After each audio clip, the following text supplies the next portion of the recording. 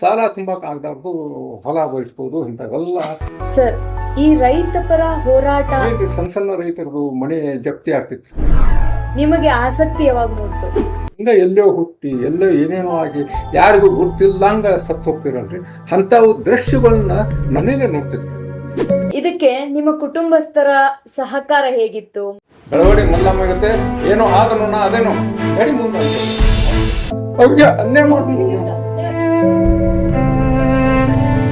ಮೊಟ್ಟ ಮೊದಲು ಮೈಕ್ ಹಿಡ್ಕೊಂಡು ಭಾಷಣ ಮಾಡಿದ್ದು ರೈತರ ಜೊತೆಗೆ ಸಂಘ ಒಂದ ಅದ್ರ ಸಂಘ ಬಿಟ್ಟು ನಾವು ಹೋದ ನಂತರ ಇಡೀ ಬೆಳಗಾವಿ ತಾಲೂಕ ಏನೆಲ್ಲ ಖಾಲಿ ಆಗಿ ಹೋಯ್ತು. ಎಲ್ಲರಿಗೂ ನಮಸ್ಕಾರ. ಸ್ಟಾರ್ ಪೀಪಲ್ ಕನ್ನಡಕ್ಕೆ ಹಾರ್ದಿಕವಾದ ಸ್ವಾಗತ ಸುಸ್ವಾಗತ. ಮಣ್ಣಿನ ಜೊತೆ ಬದುಕು ಕಟ್ಟಿಕೊಂಡು ರೈತರ ಧ್ವನಿಯಾಗಿ ಹೋರಾಟ ಮಾಡಿದ ರೈತ ಪರ ಹೋರಾಟಗಾರರ ಜೊತೆಗೆ ಈ ದಿನ ವಿಶೇಷವಾದ ಸಂದರ್ಶನವನ್ನ ನಾವು ಮಾಡ್ತಾ ಇದ್ದೇವೆ. ಅವರ ಮನದಾಳದ ಮಾತುಗಳನ್ನ, ಅವರ ಹೋರಾಟದ ಹಾದಿಯನ್ನ ನಾವೀಗ ಕೇಳೋಣ, ಬನ್ನಿ. ನಮಸ್ಕಾರ ಸರ್, ಸ್ಟಾರ್ ಪೀಪಲ್ ಕನ್ನಡಕ್ಕೆ ತಮ್ಗೆ ಹಾರ್ದಿಕವಾದ ಸ್ವಾಗತ. ಸರ್, ಮೊದಲಿಗೆ ನಿಮ್ಮ ಪರಿಚಯ ಮಾಡಿಕೊಡ್ರಿ. ನಾವು ಕಡೋಲಿ ಅನ್ನುವಂಥ ಬೆಳಗಾವಿ ತಾಲೂಕಿನ ಗ್ರಾಮ ರೀ. ಆ ಗ್ರಾಮದಲ್ಲಿ ನಾವು ಇದ್ದೀವಿ. ನಾವು ಅಪ್ಪ ಸಾಹೇಬ್ ದೇಸಾಯಿ ಅಂತ. ಅಪ್ಪ ಸಾಹೇಬ್ ದೇಸಾಯಿ, ಮೂಲತಃ ನಿಮ್ಮ ಉದ್ಯೋಗ ಸರ್? ನಾವು ಕೃಷಿಕನ ರೀ, ಸಣ್ಣ ರೈತರು. ಸಣ್ಣ ಒಟ್ಟಾರೆ ಒಕ್ಕಲುತನದಿಂದಲೇ ನೀವು ಸರ್, ಈ ರೈತ ಪರ ಹೋರಾಟ ಅನ್ನುವಂತಹ ಈ ಒಂದು ವಿಷಯದ ಬಗ್ಗೆ ನಿಮಗೆ ಆಸಕ್ತಿ ಯಾವಾಗ ಮೂಡ್ತು? ಮೇಡಮ್ ರೀ, ಮೊಟ್ಟ ಮೊದಲಿಗೆ ಇದು ರೈತರ ಪರಿಸ್ಥಿತಿಗಳನ್ನ ನೋಡ್ತಿದ್ರು. ಏನ್ರಿ ಸಣ್ಣ ಸಣ್ಣ ರೈತರದು ಮನೆ ಜಪ್ತಿ ಆಗ್ತಿತ್ರಿ, ಅವ್ರು ಭೂಮಿಲಿ ಎಲ್ಲ ಆಗ್ತಿತ್ರಿ. ಇಲ್ಲಿ ಬದೀಕನ ಒಂದು ಮಾರ್ಕೆಟ್ ಯಾರ್ಡ್ ಅಂತ ಐತ್ರಿ, ಅವ್ರೆಲ್ಲ ರೈತರು ಶೋಷಣೆ ಮಾಡ್ತಿರಿ. ಶೋಷಣೆ ಹೆಚ್ಚಾಗಿ ಬಡ್ಡಿ ತಗೋದು, ಬಡ್ಡಿ ಅದು ಇದು ಸಾಲ ಹೆಚ್ಚಾಗ್ತೈತ್ರಿ ರೈತರಿಗೆ. ಆ ಸಾಲ ತುಂಬಾಕನ ಆಗ್ತಿರಿ. ಯಾಕಂದ್ರೆ ಸಾಲ ತುಂಬಾಕ ಆಗಬಾರ್ದು, ಹೊಲ ಬಯಸ್ಬೋದು ಇಂಥವೆಲ್ಲ ಕಟ್ಟಿಗಳು ನಮ್ಮ ಭಾಗದಲ್ಲಿ ನಡ್ತಿದ್ರು. ಯಾಕಂದ್ರೆ ಈ ಹೆಚ್ಚಾಗಿ ಅಂದ್ರೆ ಬೆಳಗಾವಿ ತಾಲೂಕಲ್ಲಿ ಅತಿ ಹೆಚ್ಚಾಗಿ ಅಡತಿ ಅಂಗಡಿಗಳು ಕಮಿಷನ್ ದಲಾಗಿ ಅತಿ ಹೆಚ್ಚಾಗಿ ಅಡತಿ ಅಂಗಡಿ ಇರುವುದು ನಮ್ಮ ಊರಲ್ಲಿ. ಹಾಗಾಗಿ ರೈತರ ಶೋಷಣೆ ಅತಿ ಹೆಚ್ಚಾಗಿ ನಡೀತಿತ್ತು. ಆ ಒಂದು ವಿಷಯ ನಿಮಗೆ ಹೋರಾಟ ಮಾಡ್ಲಿಕ್ಕೆ ಏನಾಯ್ತು, ರೈತರ ಪರಿಸ್ಥಿತಿ ಬಹಳ ವಿಚಿತ್ರವಾಗಿತ್ತು. ಅದು ಒಬ್ರು ಹೇಳ್ತಾರಲ್ರಿ, 10 ಕಾಸು ಕೂಡಿಡೋದಿಲ್ಲೋ, ಹತ್ತಿ ಊಟ ಮಾಡಲಿಲ್ಲೋ, ಸತ್ತವರ ಜೊತೆ ಸಾಯ್ತಿಯಲ್ಲೋ ರೈತ, ಸತ್ತವರ ಜೊತೆ ಸಾಯ್ತಿ. ಅಂದ್ರೆ ನೀವೇನು ರೈತರ ಪರಿಸ್ಥಿತಿ ಅವೆಲ್ಲ ಪರಿಸ್ಥಿತಿ ನೋಡ್ತೀರಿ. ಏನ್ ಕ್ರಿಮಿ ಕೀಟಗಳು ಹೌದು ಎಲ್ಲ ಹಂಗ ಎಲ್ಲೋ ಹುಟ್ಟಿ ಎಲ್ಲೋ ಏನೇನೋ ಆಗಿ ಯಾರಿಗೂ ಗುರ್ತಿಲ್ದಂಗ ಸತ್ತು ಹೋಗ್ತಿರಲ್ರಿ, ಅಂಥವು ದೃಶ್ಯಗಳನ್ನ ನಾವು ಸಣ್ಣ ಸಣ್ಣ ರೈತರು ನೋಡ್ತಿದ್ರು, ಕಣ್ಣೀರೇ ನೋಡ್ತಿದ್ರು. ಜಪ್ತಿ ಆಗೋದು ನೋಡ್ತಿದ್ರಿ. ಇಂಥವೆಲ್ಲ ನೋಡ್ತಾ ಇವೆಲ್ಲ ಏನಂತಾರೆ ಏನಾದ್ರು ಮಾಡ್ಬೇಕು. ಅವಾಗ ಈ ಕಾಲೇಜ್ ಪುಸ್ತಕ ಇವೇನು ಪುಸ್ತಕಗಳಿದ್ದಾರೆ, ಈ ಥರ ಏನೈತಿ ಈ ಪುಸ್ತಕದೊಳಗ, ಏನು ಇದನ್ನ ಓದು ಏನ್ ಮಾಡೋದು. ಆ ರೈತನ ನಾವು ಏನು ಕಷ್ಟಗಳು ನಿಲ್ಲಿಸಿದ ಇತ್ರ, ಆ ಸಣ್ಣ ಬಡ ರೈತನ ಕಷ್ಟ ನಿಲ್ಲಿಸಿದ ಇತ್ರ, ಅದು ನಮ್ದು ಏನು ಉಪಯೋಗ, ಓದೇನು ಉಪಯೋಗ. ಆಕಂದ್ರೆ ಇವೆಲ್ಲ ತಲೆಯಾಗ ಹೊಕ್ಕುರಿ. ಆವಾಗ ಈ ರೈತ ಸಂಘದ ನಮ್ಮ ಹೋರಾಟಗಾರರು ಏನ್ ಭಾಷಣ ಕೇಳಿದ್ರಿ ಅದು ಪ್ಲಸ್ ಆಗಿಬಿಡ್ತಾರೆ. ಎಲ್ಲ ಓದು ಗೀದು ಇಂಥವೆಲ್ಲ ತೊಗೊಂಡು ಏನ್ ಮಾಡೋದು. ಆ ಕಾರಣ ಈ ಹೋರಾಟದಾಗ ಏನಾದ್ರು ಮನುಷ್ಯ ಹುಟ್ಟಿ ಏನಾದ್ರು ಮಾಡ್ಬೇಕಲ್ಲ, ನಮ್ ಜೀವನ ಸಾರ್ಥಕ ಆಗ್ಬೇಕಾದ್ರ, ಈ ಸಮಾಜದ ಋಣ ತೀರ್ಸ್ಬೇಕಾಗಿದ್ರ, ನಾವು ಏನಾದ್ರು ಮಾಡ್ಬೇಕಲ್ಲ ಅಂತ ತಲೆ ಹುಟ್ಟ್ರಿ. ಅವಾಗ ಅದು ವಿಷಯ ಪ್ಲಸ್ ಆಗತ್ತೆ. ಸರ್, ಈ ಹೋರಾಟದ ಹಾದಿಯಲ್ಲಿ ಮೊದಲ ಹೆಜ್ಜೆ ಇಟ್ಟಂತಹ ಕ್ಷಣ ನಿಮ್ಗೇನಾದ್ರೂ ನೆನಪಿದೆಯಾ? ಫಸ್ಟ್ ಸ್ಟೆಪ್ ಈಗ ಏನಾಯ್ತ್ರಿ, ನಮ್ಮ ಮೊಟ್ಟ ಮೊದಲು ದೊಡ್ಡ ದೊಡ್ಡ ಮುಖಂಡರು ಇದ್ರಿ, ಅವ್ರು ಕರೆದಾಗ ಹೋಗ್ತಿದ್ರು. ನಮ್ಮ ಬಾಬಾಗೌಡ ಪಾಟೀಲ್ ಅಂತ್ರಿ, ಒಟ್ಟಿಗೆ ಅವ್ರ ಊರ್ ಹೋದಂತ ಕಾಶಿ ರಾಮೇಶ್ವರಕ್ಕೆ ಹೋದಂಗ ಆಗ್ತೈತಿ. ಯಾಕಂದ್ರೆ ಅವ್ರ ಮಾತುಗಳು ಅವ್ರ ವಿಚಾರಗಳು ಅಷ್ಟೇ ನಮ್ಮ ಹೃದಯಕ್ಕೆ ಮನಸ್ಸಿಗೆ ಇಳಿದು ಬಿಟ್ಟಿದ್ರು. ಆ ಕಾರಣ ನಾವು ಏನಾದ್ರು ಮಾಡ್ಬೇಕಾಗಿದ್ರ ಏನಾದ್ರು ಮಾಡ್ಲೇಬೇಕು. ಆ ಕಾರಣ ಇವ್ರೇನ್ ಮುಖಂಡರು ನಮ್ಗೆ ಹೇಳತ್ತರು ಅವ್ರದ್ದು ಅಗ್ದಿ ಸತ್ಯ. ರೈತರ ಪರಿಸ್ಥಿತಿನ ಹಂಗ ಐತಿ, ಮತ್ ನಾವ್ ಏನಾದ್ರು ಮಾಡ್ದಿದ್ರ ಏನು ಉಪಯೋಗ ಇಲ್ಲ ಅಂತ ಅವ್ರ ವಿಚಾರ ನಮ್ ತಲೆ ಹೋಗ್ತಾರೆ. ಅವಾಗಿಂದ ಹೋರಾಟ ಒಂದೊಂದು ಹೆಜ್ಜೆ. ನೀವು ಮೊಟ್ಟ ಮೊದಲು ಮೈಕ್ ಹಿಡ್ಕೊಂಡು ಭಾಷಣ ಮಾಡಿದ್ದು ರೈತರ ಜೊತೆಗೆ ಯಾವ ಊರು ಅಥವಾ ಯಾವ ಒಂದು ಚಳುವಳಿ? ಮೇಡಮ್, ಇವೇನಾಯ್ತಲ್ಲ, ನಾವು ಮುಖಂಡರ ಕರೆದ ತಕ್ಷಣ ಎಲ್ಲಾರನ್ನು ಕರ್ಕೊಂಡು ಹೋಗೋದು ಒಂದೇ ಆಗಿತ್ತು. ಆದ್ರ ಸತ್ಯವಾಗಿ ಹೇಳ್ಬೇಕಾದ್ರೆ ನಮ್ಮ ಮುಖಂಡರು ಬಾಬಾಗೌಡ ಪಾಟೀಲ್ ಅಂತ ಇದ್ರಲ್ಲಿ, ಅವ್ರೇನ್ ಇದನ್ನ ಬಿಟ್ಟು ಕೇಸಿಂದ ಬಿಜೆಪಿಯಾಗ ಏನ್ ಹೆಜ್ಜೆ ಇಟ್ರಿ ನಮ್ಗೆ ಇಡೀ ಜಗನ ಖಾಲಿ ಆದಂಗ. ಅವ್ರಂದ್ರೆ ನಮ್ಗ ಬಸವಣ್ಣ ಅಂತ ತಿಳ್ಕೊಂತೀರಿ. ದೇವ್ರಂತ ತಿಳ್ಕೊಂತಾರೆ. ಆತರ ಅಂತ ಒಬ್ಬ ವ್ಯಕ್ತಿಗಳನ್ನು ವಚನ ಭ್ರಷ್ಟರಾಗಿ ಏನ್ ಆತರ ಹೋದ ನಂತರ ನಾವು ಇಡೀ ಜಗ ಖಾಲಿ ಆದಂಗ ಆಯ್ತು. ಆ ನಂತರ ಏನ್ ಮಾಡ್ಬೇಕು ಅಂತ ತಲೆಗೆ ಹುಡ್ತು. ಏನ್ ಮಾಡ್ಬೇಕು, ರೈತರ ಸಮಸ್ಯೆ ಅಂತೂ ಸಾಕಷ್ಟಿದ್ದು. ಆ ಸಮಸ್ಯೆ ಸಲುವಾಗಿ ಸಂಘ ಒಂದೇ ಒಂದು ಫೈಟ್ ಅದ್ರ ಜೊತೆ ನಾವು ನಿಲ್ಬೇಕಾದ್ರೆ, ಅನ್ಯಾಯ ವಿರುದ್ಧ ಪ್ರತಿಭಟನೆ ಮಾಡ್ಬೇಕಾದ್ರೆ ಸಂಘ ಒಂದೇ. ಅದ್ರ ಸಂಘ ಬಿಟ್ಟು ನಾವು ಹೋದ ನಂತರ ಇಡೀ ಬೆಳಗಾವಿ ತಾಲೂಕ ಏನೆಲ್ಲ ಖಾಲಿ ಆಗಿ ಹೋಯ್ತು. ಅವಾಗ ಏನಾದ್ರು ಮಾಡ್ಬೇಕು ಈ ಸಂಘಟನೆ ಅಸ್ತಿತ್ವ ಇಡಬೇಕು ಅಂದ್ರೆ ಸ್ವಲ್ಪ ಕಷ್ಟ ಆತ್ರಿ, ಬಹಳಷ್ಟು ಕಷ್ಟ ಆಯ್ತು. ಯಾಕಂದ್ರೆ ಜನ ರೈತರೆಲ್ಲ ಅವ್ರ ಜೊತೆ ಹೋಗ್ಬಿಟ್ರಿ, ಇದ್ದಾರೂ ಎಲ್ಲ ಖಾಲಿ ಆಗಿದ್ರಿ. ಅಂತ ಟೈಮ್ದಾಗ ನಮ್ಗೆ ಸ್ವಲ್ಪ ಕಷ್ಟ ಆತ್ರಿ. ಆನಂತರ ನಾವು ಮೊಟ್ಟ ಮೊದಲ ಈ ಊರಿಗೆ, ಈ ಗ್ರಾಮಕ್ಕೆ, ಬೆಳಗಾವಿ ತಾಲೂಕ ಈ ಕಡೋಲಿ ಗ್ರಾಮಕ್ಕೆ ಪ್ರೊಫೆಸರ್ ನಂಜುಂಡಸ್ವಾಮಿ ಅಂತ ಏನಿದ್ರು ನಾವು ಕರೆಸಿ ಮೊಟ್ಟ ಮೊದಲ ನಾವು ಅಲ್ಲಿ ಕಾರ್ಯಕ್ರಮ ಮಾಡ್ತೀವಿ. ಮರಾಠಿ ಭಾಗರಿದ್ದು ಇದು ಹೆಚ್ಚಿಗೆ ಕನ್ನಡ ನಡೀತಾರಕಿಲ್ರಿ ಅಂತ ಇತ್ರೊಳಗ ನಮ್ ನಂಜುಂಡಸ್ವಾಮಿ ಕರೆಸಿ ನಮ್ ಸುರೇಶ್ ಗೌಡ ಪಾಟೀಲ್ ಅಂತ ಅದಾರಿ ಗಜಪತಿ ಅವರು, ಅವ್ರು ಹೇಳಂತಲೇ ಇಲ್ಲ ದೇಸಾಯಿ ಹೇಳತ್ತಂದ್ರೆ ಅವ್ರು ಬರ್ಬೇಕಂತ ಅವ್ರಿಗೆ ರಿಕ್ವೆಸ್ಟ್ ಮಾಡ್ಕೊಂಡ್ರಿ. ಅವ್ರು ಕರೆಸಿ ಮೊಟ್ಟ ಮೊದಲ ಇಲ್ಲಿ ನಂಜುಂಡಸ್ವಾಮಿ ಕರೆಸ್ತಾರೆ. ಅವಾಗಿಂದ ಅವ್ರ ವಿಚಾರ ಕೇಳಿಕೆಸಿಂದ ಅವ್ರು ನಮ್ಗೆ ಜವಾಬ್ದಾರಿ ಹೊರಿಸ್ರಿ ನಾವು ಅವಾಗಿಂದ ಈ ಬೀಜ ಬಿತ್ತಕ್ಕಾಗ್ತದೆ. ಓಕೆ, ಈ ಒಂದು ಇವತ್ತಿನ ದಿನಮಾನದಲ್ಲಿ ರೈತರು ಎದುರಿಸ್ತಾ ಇರುವಂತಹ ಬಹುದೊಡ್ಡ ಸವಾಲು, ಚಾಲೆಂಜ್ ಅಂದ್ರೆ ಏನಾಗಿರ್ಬೋದು ನಿಮ್ ಪ್ರಕಾರ? ಈಗ ಏನಾಗಿತ್ರಿ, ಸಮಸ್ಯೆ ಮೊದಲು ಬೇರೆ ಐತ್ರಿ. ನಾವು ನೋಡ್ತಿದ್ದವ್ರಲ್ಲ, ಅವಾಗಿಂತೂ ಈಗಂತೂ ಸ್ವಲ್ಪ ವ್ಯತ್ಯಾಸ ಆಗಿತ್ರಿ. ಈಗ ಅವಾಗ ಕಾಣ್ತಿತ್ರಿ ಜಪ್ತಿ ಮಾಡೋದು ಅದು ಇದು ಎಲ್ಲ ಕಾಣ್ ಬರ್ತಿತ್ರಿ. ಈಗ ಒಂದ್ ನಮೂನೆ ಭ್ರಷ್ಟಾಚಾರ ಆಗ್ಬಿಟ್ಟಿತ್ರಿ. ಭ್ರಷ್ಟಾಚಾರ ಏನೈತಲ್ಲ ಮಿತಿ ಮೀರೈತ್ರಿ. ಆ ರೈತರ ಯಾವ್ದೋ ಒಂದು ಆಫೀಸ್ನಾಗ ಹೋದ್ರೂ ಅವ್ರ ಕಿಮ್ಮತ್ ಒಂದ್ ಮಾತು ಹೇಳ್ಬೇಕಂದ್ರಿ ಪರಿಸ್ಥಿತಿ. ರೈತರ ಮಕ್ಕಳಿಗೆ ರೈತ ಅಂದ್ ಕೂಡಲೇ ಯಾರು ಹೆಣ್ಣು ಕೊಡ, ಇದು ಅದೇ ವಾಸ್ತವ ಸ್ಥಿತಿ ರೀ. ನಾವು ಕಣ್ಣಿಲ್ಲೇ ನೋಡ್ತಾ ಇದ್ದಂತ ಪರಿಸ್ಥಿತಿ. ಆ ಕಾರಣ ಈ ಪರಿಸ್ಥಿತಿ ಸಾಮಾನ್ಯ ಅಂತ ನಂಗೆ ಅನ್ಸಂಗಿಲ್ಲ. ಯಾಕಂದ್ರೆ ಪಾಪ ಎಷ್ಟು ವಯಸ್ಸಾದ ನಂತರ ರೈತ ಅಂದ್ಕೊಡ್ಲೆ, ರೈತರ ಮಕ್ಕಳು ಅಂದ್ಕೊಡ್ಲೆ ಹೆಣ್ಣು ಕೊಡಕ್ ಮುಂದೆ ಆಗ್ತಾ ಇಲ್ಲ. ಇದು ಅತಿ ಗಂಭೀರವಾದಂತ ಸಮಸ್ಯೆ, ಸವಾಲು ರೈತರು ಎದುರಿಸ್ತಾ ಇರುವಂತ ದೊಡ್ಡ ಸವಾಲು. ಹೌನ್ರಿ, ಹಣ ಸ್ವಲ್ಪ ಇದ್ರೆ ಸಹಿತ ಅದನ್ನ ಏನು ಉಪಯೋಗ ಆಗ್ತಾ ಇಲ್ಲ ಅಂತ ಹೇಳಿದ್ರೆ ರೈತ ಅಂತ ಅಂದ್ರೆ ಈಗ ಮನ್ಯಾಗ ಪರಿಸ್ಥಿತಿ ಏನಾಗ್ಬೋದು, ಏನ್ ಆಗೋದ್ರ ಮನಸ್ಸಿನ ಎಲ್ಲ ಹದಗೆಟ್ಟಾಗಿ ಹೋಗ್ತೈತಿ. ಮನೆ ರೈತ ಕುಟುಂಬ ಏನೈತಿ ಪೂರ್ತಿಯಾಗಿ ಅಸ್ತ ಆಗೋಗ್ತೈತಿ. ಇದು ಸ್ವಲ್ಪ ಬಾಳ ಈ ರೈತ ವರ್ಗಕ್ಕೆ ಮಳೆಯೇ ಒಂದು ಆಧಾರ, ಮತ್ತೆ ನೀರಾವರಿ ಸೌಲಭ್ಯಗಳು ಸಿಕ್ತು. ಇವೆಲ್ಲವನ್ನ ಬಳಸ್ಕೊಂಡು ಒಂದು ಕ್ರಿಮಿನಾಶಕಗಳನ್ನೆಲ್ಲ ಬಳಸ್ಕೊಂಡು ರೈತ ಭೂಮಿಯೊಳಗ ಬೆಳೆ ಬೆಳೆಯಕತ್ತ, ಹೆಚ್ಚಿಗೆ ಬೆಳೆದ. ಈ ಕ್ರಿಮಿನಾಶಕ ಬಳಸಿ ಬೆಳೆದಿರುವಂತ ಬೆಳೆಯನ್ನ ತಿಂದ್ರೆ ಆರೋಗ್ಯ ಹಾನಿ ಆಗ್ತಾ ಇದೆ. ಇದು ಪರ್ಟಿಕ್ಯುಲರ್ ಆಗಿ ರೈತರಿಗೂ ಗೊತ್ತು. ಆದ್ರೂ ಕೂಡ ರಸಗೊಬ್ಬರಗಳನ್ನ, ಫರ್ಟಿಲೈಸರ್ಸ್ ಅನ್ನ ಬಳಸ್ತಾ ಇದ್ದಾರೆ. ಆ ಬಳಸುವ ರೈತರಿಗೆ ನೀವೇನ್ ಹೇಳ್ತೀರಾ? ಏನಾಗಿತ್ತು ಇದು, ನಾನು ಆ ಪ್ರಯೋಗದಲ್ಲೇ ಇದೇನ್ರಿ. ರೈತ ನೀವು ಅಂತಾರಲ್ಲಿ ಪರಿಸ್ಥಿತಿ, ರೈತಗ ಮಾಮ ಅಡ್ಡ ಬರ್ತಾನ್ರಿ. ಕೆಲವೊಬ್ರು ಅಂತ ರೈತರ ಮಾಮ ಅಂದ್ರ ಏನು, ಮಾ ಅಂದ್ರ ಮನ್ಸೂನು, ಮಾ ಅಂದ್ರ ಮಾರ್ಕೆಟ್, ಮಾ ಅಂದ್ರ ಮನ್ಸೂನು, ಆನಂತರ ಮಾರ್ಕೆಟ್ ಯಾವಾಗ ಅದು ಏನಾಗ್ತೈತಿ ಅನ್ನೋದು ಗೊತ್ತಿಲ್ರಿ. ಹೊಲ ಕೇಳ್ತವ್ರಿ ಒಂದ ದರ, ಅದು ಮನ್ಯಾಗ ಬಂದಾಗ ಇರಂಗಿಲ್ರಿ.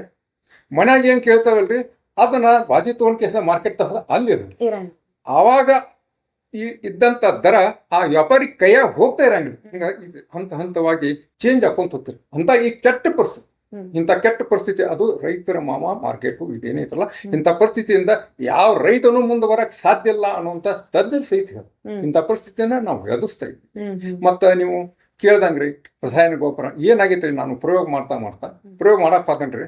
ಅಲ್ಲಿ ಕ್ಯಾಬೇಜ್ ಅನ್ನೋ ಒಂದು ಏನೈತಲ್ಲ ಹಿಮೋಪಾಸ್ ಅದು ಇದು ಅವ್ರು ಹೇಳ್ದಂಗೆ ಹಾಕೇನ್ರಿ, ಕೆಲವೊಂದು ಈ ಆರ್ಗ್ಯಾನಿಕ್ ಹಾಕೇನ್ರಿ. ಆದ್ರೆ ಎಲ್ಲರೂ ಗಡ್ಡಿ ಈ ರಾಸಾಯನಿಕ ಗೊಬ್ಬರ ಹಾಕಿದವರು ಅವರೆಲ್ಲ ಗಡ್ಡಿ ಹಿಡಿದವ್ರಿ. ನಾನು ದಿನ ಅದನ್ನ ನಿಧಾನ ಕಾಣುತ್ತೆ. ಅಂದಿಕೇಶಿಂದ ನಾ ಏನು ಮಾಡಿ, ಈ ಸೀಸನ್ ಹೋಗ್ತಿದ್ದೆ, ಮತ್ತೆ ಮಳೆ ಸ್ಟಾರ್ಟ್ ಆಗ್ತಿದ್ದೆ, ನನಗೆ ಏನೂ ಇಲ್ಲ, ಎಲ್ಲರ ಕಡೆಯಿಂದ ಬೇಯಿಸ್ಕೋದು ಆತಪ್ಪ ಅಂತಂದ್ರೆ ಮತ್ತೆ ಕೊನೆ ಖತ ಹಾಕಿನ್ರಿ. ಆವಾಗ ಗಡ್ಡಿ ರೂಪ ಅಂದ್ರೆ ಇದೇನೈತಿ ಭೂಮಿ ಅದು ರಸಾಯನ ತಿಂದ ನಮ್ಮ ಭೂಮಿಗಳೆಲ್ಲ ಒಂಥರ ಆಗ್ಬಿಟ್ಟಿದವ್ರಿ. ಎಕ್ದಮನ ಅದನ್ನ ನಾವು ಬಿಟ್ಟ ಈ ಆರ್ಗ್ಯಾನಿಕ್ ಮಾಡಕ್ ಹೋದ ಅಂದ್ರೆ ಸ್ವಲ್ಪ ಕಷ್ಟ ಆಗ್ತೈತೆ ಅಂತ ನಾವು. ಒಬ್ಬ ರೈತನಾಗಿ ಸಾಕಷ್ಟು ಸಮಸ್ಯೆಗಳನ್ನ ನೀವು ಕಣ್ಣಾರೆ ಕಂಡಿದ್ದೀರಿ, ಹೋರಾಟಗಳನ್ನ ಮಾಡಿದ್ದೀರಿ. ನಿಮ್ಮ ಮನಸ್ಸಿಗೆ ಹತ್ತಿರುವಂತ ಯಾವ್ದಾದ್ರು ಒಂದು ಹೋರಾಟದ ಬಗ್ಗೆ ಹೇಳ್ಬೋದಾ ಸರ್ ನೀವು? ಇದು ಏನಾಗಿತ್ರಿ, ಅದು ಬಹಳ ಟಪ್ಪ ಪರಿಸ್ಥಿತಿ. ಅದು ಒಬ್ಬ ಗ್ರಾಮ ಐತೆ, ಅದು ಬೆಕ್ಕಿಂಗೇರಿ ಅಂತ್ರಿ. ಅಲ್ಲಿ ಒಂದು ಪೇಪರ್ ಇನ್ನೂ ತೆಗೆದಿಟ್ಟಿದ್ದೇನೆ ರೀ 2003 ಇದ್ರೊಳಗೆ ಒಂದು ಪೇಪರ್ದಾಗ ಬಂದ್ರಿ. ಆ ರೈತನ್ನ ಆ ಊರಿನ ಸಾವುಕಾರ ಊರ ಚೌಕದೊಳಗೆ ಕಟ್ಟಿ ಹಾಕಿ ಅವ್ನು ಬಡದ್ರೆ ಸಹಿತ ಆ ಬದುಕಿನ ಜನ ಯಾರು ಅವ್ನು ಬಿಡಿಸ್ಕೊಕ್ ಹೋಗ್ತಾರಾಗಲ್ಲ, ಯಾರು ಹೋಗಾಕಿಲ್ಲ. ಆ ರೈತನ ಗತಿ ಏನು ಅಂತ ಆ ಪೇಪರ್ದಾಗ ಉಲ್ಲೇಖ ಐತ್ರಿ. ಅದು ಪುಡಾರಿ ಪೇಪರ್.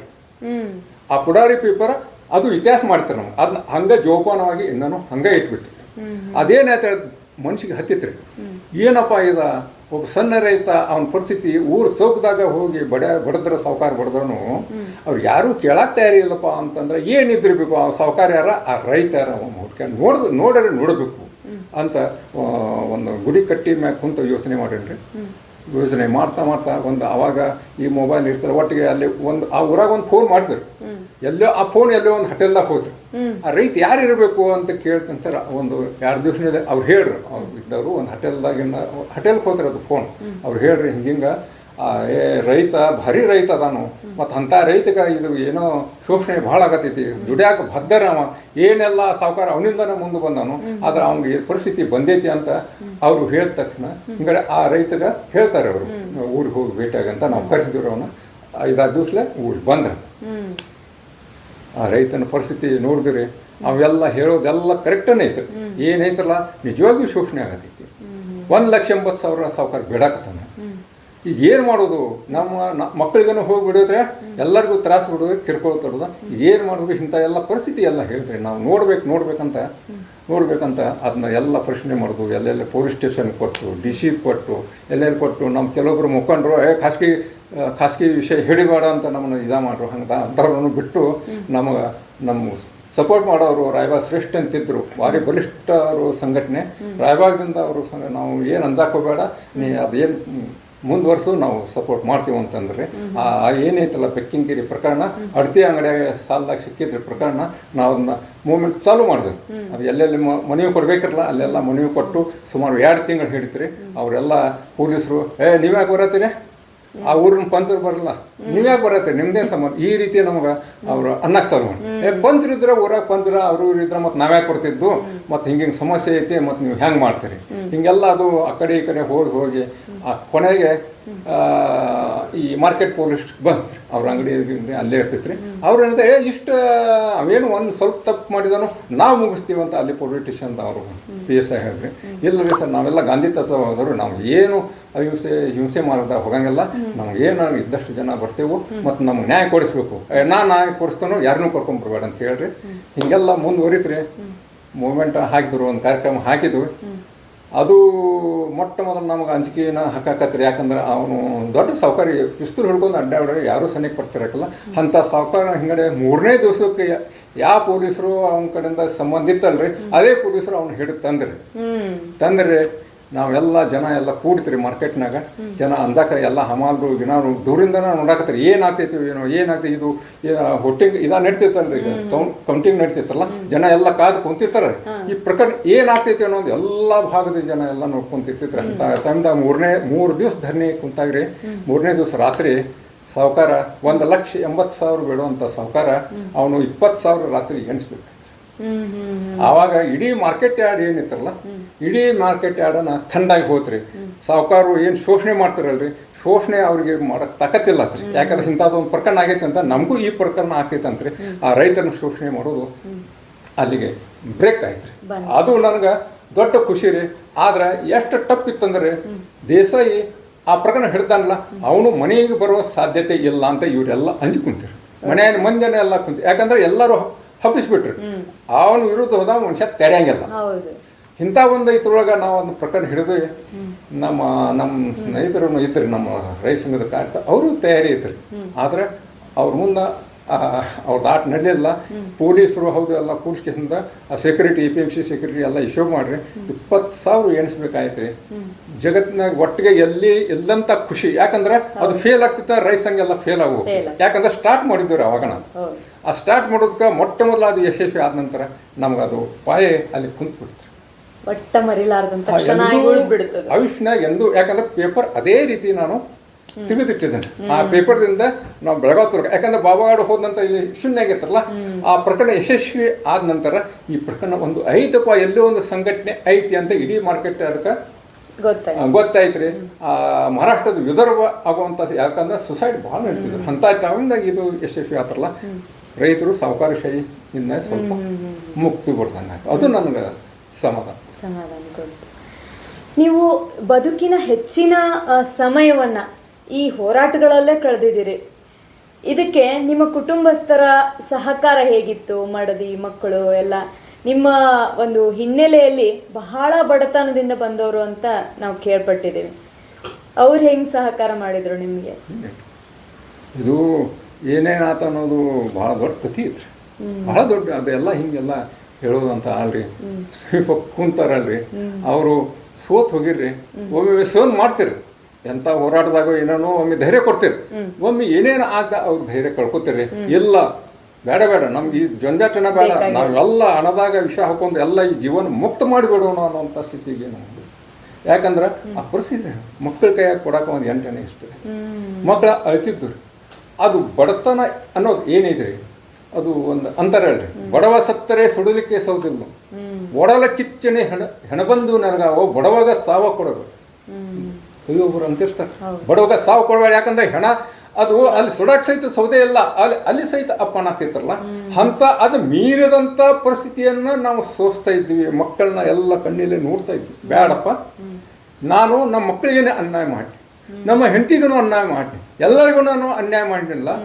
ಇದು ಏನಿದು ನನ್ನಿಂದ ಎಲ್ಲ ಅನ್ಯಾಯನ ಆಯ್ತು. ಹೊರಗೆ ನಮ್ಮ ಸ್ನೇಹಿತ ಅಂತಾರೆ, ನಿಮ್ಮ ಪರಿಸ್ಥಿತಿ ನಿಂದ ನಮಗೆ ನೀವು ಉಳಿಸ್ರಿ, ನಿಮ್ಮಿಂದ ನಾವು ಬದುಕಾಕತ್ತೀವಿ, ಹೋರಾಟ ನಡೆಸಬೇಡ ಅಂತ ನಮ್ಮ ಸ್ನೇಹಿತರು. ಆದ್ರೆ ಮನ್ಯಾಗ ಒಮ್ಮೆ ಆಗ್ತಿತ್ತು. ಆದ್ರೆ ಮತ್ತೊಮ್ಮೆ ಹತ್ರ ಅವರು ಬೆಳವಡಿ ಮಲ್ಲಮ್ಮಗತ್ತೆ ಏನೋ ಆದನೋ ನಾ ಅದೇನೋ ನಡಿ ಮುಂದೆ ಅಂತೀರಿ. ಅವ್ರ ಶಕ್ತಿ ನನಗೆ ಸಾಕಷ್ಟು, ಅವ್ರನ್ನ ಎಂದೂ ಮರ್ಯಾಂಗಿಲ್ಲ. ಮತ್ತು ಇದು ನಿಜವಾಗೂ ನನಗೆ ಕೆಟ್ಟ. ಅವ್ರಿಗೆ ಅನ್ಯಾಯ ಮಾಡಿ ಅವ್ರಿಗೆ ಹೆಂಡತಿ ನಿಜ ಸರ್. ನೀವು ಹೋರಾಟದ ಬದುಕಿನಲ್ಲಿ ನಿಮ್ಮ ಬದುಕನ್ನು ಕಳೆಯುವಾಗ ನಿಮ್ಮ ಮಡದಿಯವರು ಒಂದು ಮನೆ ಜವಾಬ್ದಾರಿ ಎಲ್ಲ ಹೊತ್ಕೊಂಡು ಮಕ್ಕಳನ್ನ ಸಾಕಿ ಏನ್ ಮಾಡ್ತಾ ಇದಾರೆ ಸರ್ ಮಕ್ಕಳು ಇವಾಗ? ನಿಮ್ಮ